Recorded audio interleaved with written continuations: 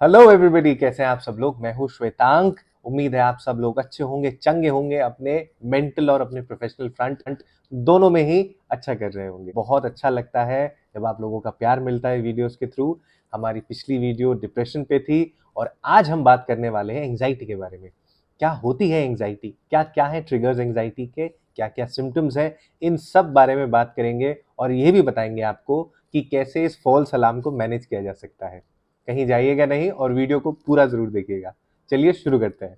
तो दोस्तों, अगर आसान भाषा में समझे तो एंजाइटी एक फॉल्स अलार्म है, एक मिसफायर है हमारे नेचुरल प्रोटेक्टिव सेविंग रिस्पॉन्सेस का। जी हाँ, हमारी बॉडी हमें किसी भी बुरे समय के लिए या एक ऐसे समय के लिए जहां हमें भागना पड़े या लड़ाई करनी पड़े, हमेशा हमें रेडी करके रखती है। तो जैसे ही आपने देखा होगा, खतरा भापते हैं हम तो हमारा हार्ट बीट एकदम से बढ़ जाता है। तो ये हार्ट बीट इसलिए बढ़ता है ताकि हमारी ऑक्सीजन कैपेसिटी बढ़े, हम लंबी लंबी सांसें लें और उस ऑक्सीजन की वजह से जो हमारी मसल्स में हर जगह तक पहुंचे, हम दूर तक भाग सकें, तेजी से भाग सकें। तो ये होता है फाइट और फ्लाइट रिस्पॉन्स। दोस्तों, ये फ्लाइट और फाइट रिस्पॉन्स भी एवोल्यूशन का ही एक परिणाम है। इमेजिन कीजिए 50,000 60,000 साल पहले जब हमारे पूर्वज गुफाओं में रहा करते थे, तब उन्हें बड़े से लेके छोटे प्रेडिटर्स हर किसी के लिए सतर्क रहना होता था।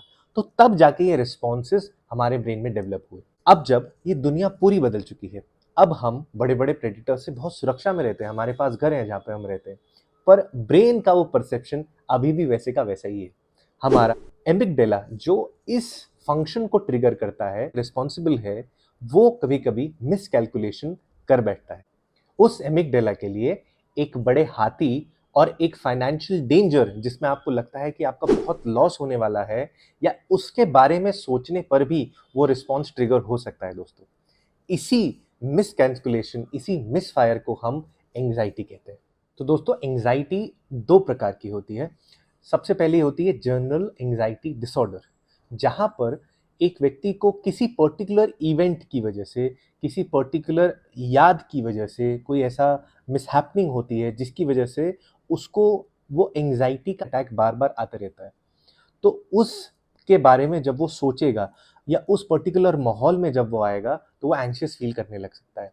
जैसे कि कुछ लोगों को प्रेजेंटेशंस देने में एंग्जाइटी फील होती है, कुछ लोगों को पब्लिक स्पीच करने में एंग्जाइटी फील हो, किसी व्यक्ति से मिलते हैं जिसके साथ उनका पुराना एक्सपीरियंस खराब रहा है तो उनको ये एंग्जाइटी ट्रिगर हो जाती है तब भी।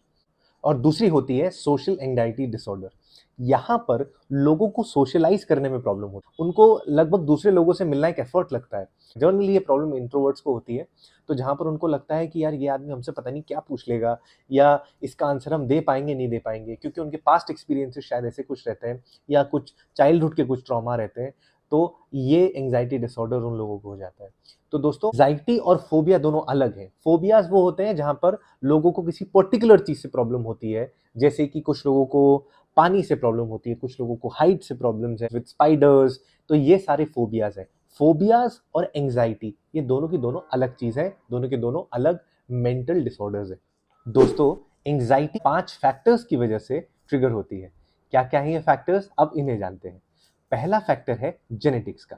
जी हाँ, जिस जेनेटिक्स की वजह से आपको आपके पेरेंट्स के बालों का कलर, आईज का कलर, लंबाई, मोटापा सब मिलता है, उसी ब्रेन फंक्शन की वजह से आपको एंग्जाइटी भी मिलती है। जी हाँ, जो लोग ज़्यादा सोचते हैं या ज़्यादा को रिलेट करते हैं चीज़ों को, जिनका ब्रेन फंक्शन हाई होता है, वो भी स्ट्रेस की वजह से एंग्जाइटी के शिकार हो सकते हैं, और ये भी जेनेटिक्स से आगे सीप इन कर सकता है। सेकेंड फैक्टर होता है केमिकल ट्रिगर्स। ये केमिकल ट्रिगर्स हैं जैसे अल्कोहल। अगर आप अल्कोहल का सेवन नियमित करते हैं तो भी आपको एंग्जाइटी की प्रॉब्लम्स डेवलप हो सकती है।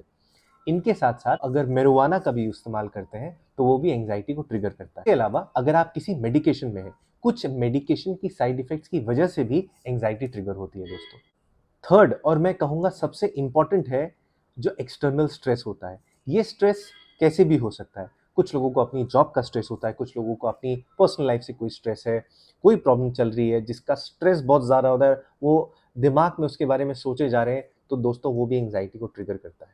चौथा, सेल्फ टॉक। और जो सेल्फ हार्मिंग टॉक है, जो हम खुद ही से बात करते रहते हैं, खुद ही को इवैल्यूएट करते रहते हैं, मतलब हमारी अनरियलिस्टिक डिमांड्स, मुझे ये करना है, मेरा ये प्लान है, ये मुझे कर लेना चाहिए था अभी तक, और हम खुद ही को अंदर ही अंदर गाली देते रहते हैं। मैंने डिप्रेशन में भी बात करी थी, ये बहुत हार्मफुल होता है दोस्तों, और अल्टीमेटली ये भी एंग्जाइटी को ट्रिगर करता है। और पांचवा, unhelpful lessons from our past, मतलब ऐसे कुछ पुरानी यादें जो हमें आज तक डराती है।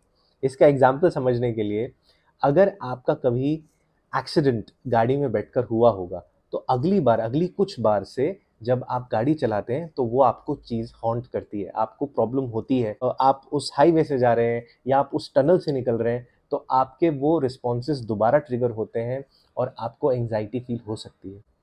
अब जानते हैं एंग्जाइटी के सिम्टम्स के बारे में।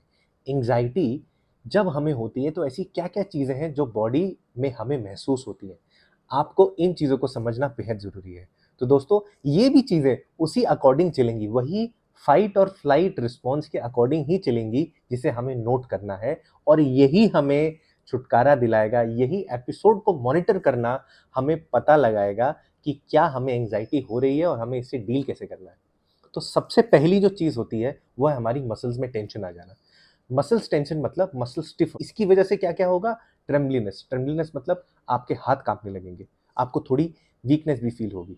आपके क्योंकि ब्रेन में रिस्पॉन्सेज ज़्यादा जा रहे हैं, क्योंकि आपके ब्रेन में ब्लड फ्लो बढ़ चुका है, तो इसकी वजह से आपके हेडेक भी हो सकता है। ये चीज़ें सब की सब इनकम्पास करती हैं मसल टेंशन के अंदर। इसके बाद आता है आपका हार्ट रेट इंक्रीज होना।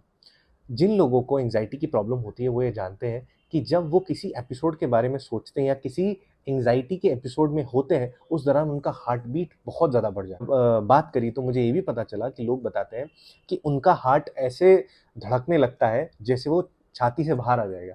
हमने ये कई बार सुना होगा, जब व्यक्ति डर जाता है तो भी वो इन्हीं चीज़ों के बारे में बात करता है। तो हार्ट रेट इसलिए बढ़ता है क्योंकि हमारी बॉडी चाहती है कि वो ज़्यादा से ज़्यादा ऑक्सीजन पंप कर सके, और हमारे हाथों तक, पैरों तक, जहाँ तक ब्लड पहुँचाना मुश्किल है, वहाँ तक ब्लड पहुँचे और पर्याप्त मात्रा में पहुँचे। इसीलिए ये हार्ट बीट भी इंक्रीज़ होती है। दूसरा है हमारी जो आँख की पुतलियाँ हैं, जिनको हम प्यूपिल्स बोलते हैं, वो डायलेट होना। डायलेट मतलब बड़ा हो जाना। तो ये क्यों हुआ? ये भी आप इसी चीज़ से समझ सकते हैं कि इमेजिन कीजिए जब आप डरते हैं या कहीं ऐसे सुनसान सड़क पे जा रहे हैं आप लोग, कभी रात को अगर आपको कभी ऐसा एक्सपीरियंस हुआ हो, ये वही रिस्पॉन्सेज़ हैं जो हमें किसी डेंजर से बाहर लाने में कोशिश करते हैं या हमारी उस डेंजर में हमको प्रिपेयर करते हैं। इसके बाद डाइजेस्टिव सिस्टम्स में प्रॉब्लम आपको महसूस होने लगेगी। देखिए, जब आप खाना खा लेते हैं, आपकी बॉडी का सारा ब्लड फ्लो है वो आपके डाइजेस्टिव सिस्टम में जाता है, क्योंकि बॉडी को खाना पचाना है। खाना पचाना एक आसान टास्क नहीं है। तो जब आप स्ट्रेस में होंगे, अब आपको अपनी जान बचानी है, तो कैसे आपकी बॉडी आपकी ज़्यादा एनर्जी डाइजेस्टिव सिस्टम में लगाए? तो वो अब क्या करेगी? आपके डाइजेस्टिव सिस्टम से अपनी एनर्जी वापस लेने लगेगी। तो आपको क्या होगा? इंडाइजेशन की प्रॉब्लम हो सकती है, नौज़िया हो सकता है। कुछ लोग जब बहुत ज़्यादा डर जाते हैं या किसी ऐसे ट्रॉमेटिक इवेंट को देखते हैं तो उनको उल्टी आ जाती है। ये उसी का इफ़ेक्ट होता है। इसके अलावा पेट में जो तितलियाँ महसूस होती हैं, कुछ भी नया चीज़ करने जाते हैं, इंटरव्यू देने जा रहे हैं तो स्टेज पे चढ़े गए, या ड्राई थ्रोट, आपके गले में आपको लगेगा कि एक लम्प बन रहा है, घुटने में प्रॉब्लम हो रही है, ये सारे डाइजेस्टिव सिस्टम के स्लो डाउन होने की वजह से होता है। आपका ब्लड फ्लो बढ़ेगा, आपका ब्लड फ्लो हर जगह बढ़ना है क्योंकि बॉडी आपको प्रिपेयर कर रही है।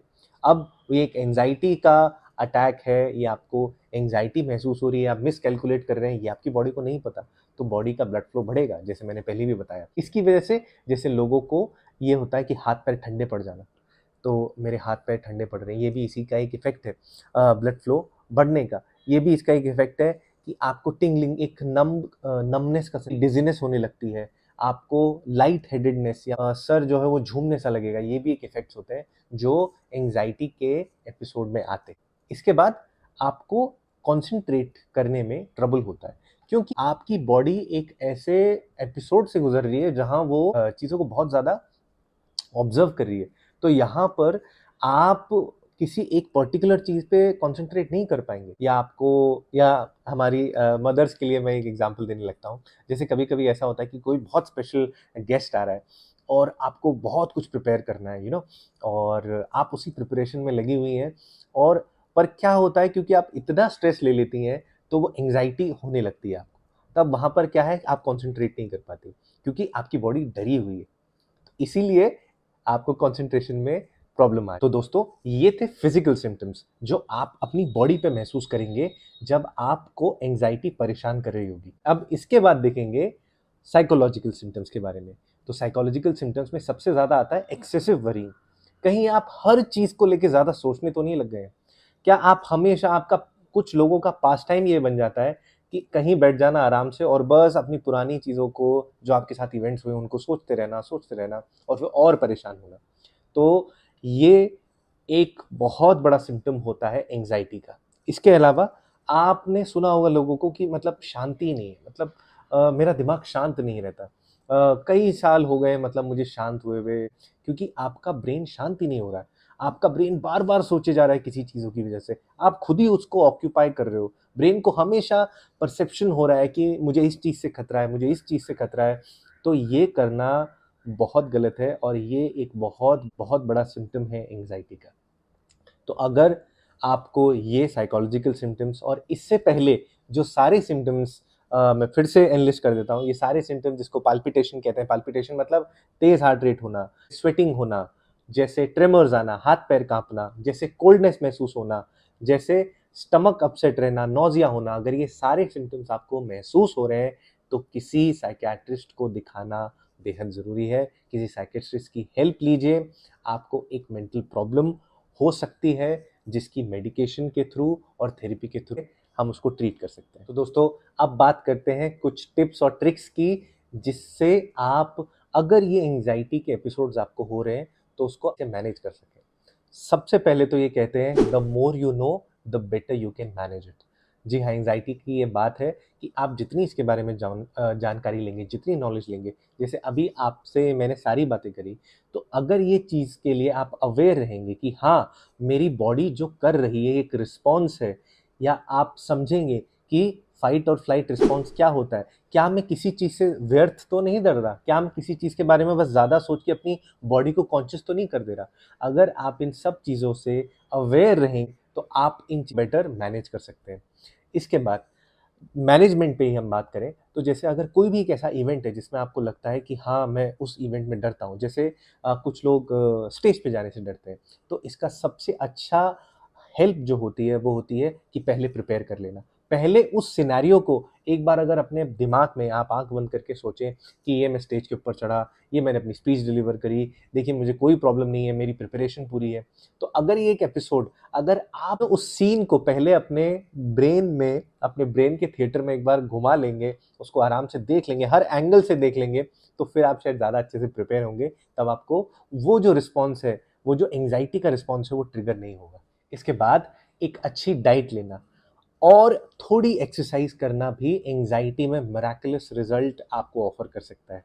जी हाँ, आप कम से कम आधा घंटा, ये हमने डिप्रेशन की वीडियो में भी बात करी थी, हमारे ब्रेन के हार्मोन थैंक बोलेंगे अगर आप आधे घंटे की एक्सरसाइज रोज कर सकें, छोटी सी वॉकिंग जॉगिंग कुछ भी करें और अच्छी डाइट जरूर लें।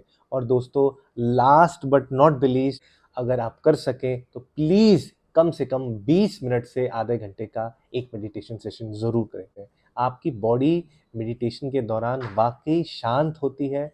आप समझते हो कि क्या-क्या ऐसी चीज़ें हैं जो मुझे परेशान कर रही है। तो मेडिटेशन करना सच में बहुत ज़रूरी है अगर आप एंग्जायटी को कम करना चाहते हैं।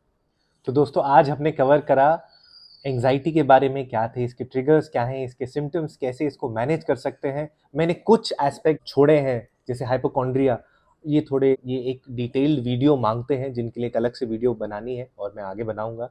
तो अगर आप चाहते हैं तो प्लीज़ मुझे कमेंट्स में ज़रूर बताएं कि मैं हाइपोकॉन्ड्रिया या एंग्जायटी के जो लेटर स्टेजेस है कैसे डेवलप होता है, उसको कैसे मैनेज होगा, या उसके बारे में जानना चाहते हैं, पढ़ना चाहते हैं तो मुझे ज़रूर बताएं। उसको तो अगर आप यहाँ तक पहुँच गए हैं तो बहुत बहुत धन्यवाद, आपने पूरी वीडियो को ध्यान से सुना। उम्मीद है आपको आज का वीडियो अच्छा लगा होगा, और अगर अच्छा नहीं लगा तो दोबारा मेहनत करेंगे, दोबारा कोशिश करेंगे। पर एक मेरी रिक्वेस्ट है आप सब लोगों के लिए, प्लीज़ आपको अगर ऐसा कोई भी व्यक्ति लगता है अपने दोस्तों में, अपने अपने सर्कल में, जिसको आपको लगता है कि एंग्जायटी उसे प्रॉब्लम कर रही है, वो अकेला ही अपने घर में रहता है, मतलब सोशलाइज नहीं करता, तो उससे ये वीडियो ज़रूर शेयर करें। तो इसी के साथ आज का वीडियो ख़त्म करते हैं। आपके लिए मेरा नंबर इस बार भी नीचे डिस्क्रिप्शन बॉक्स में है। कोई भी अगर चाहता है कि मुझसे बात करे, और मेरे से कभी भी मिले तो I am free for all. तो मुलाकात होगी अब अगली वीडियो में। तब तक के लिए प्लीज प्लीज प्लीज अपना ध्यान रखिए और यू आर द बेस्ट। किसी को कहने सुनने की कोई जरूरत नहीं है, आपसे बेहतरीन और कोई नहीं है। ठीक है, नमस्कार।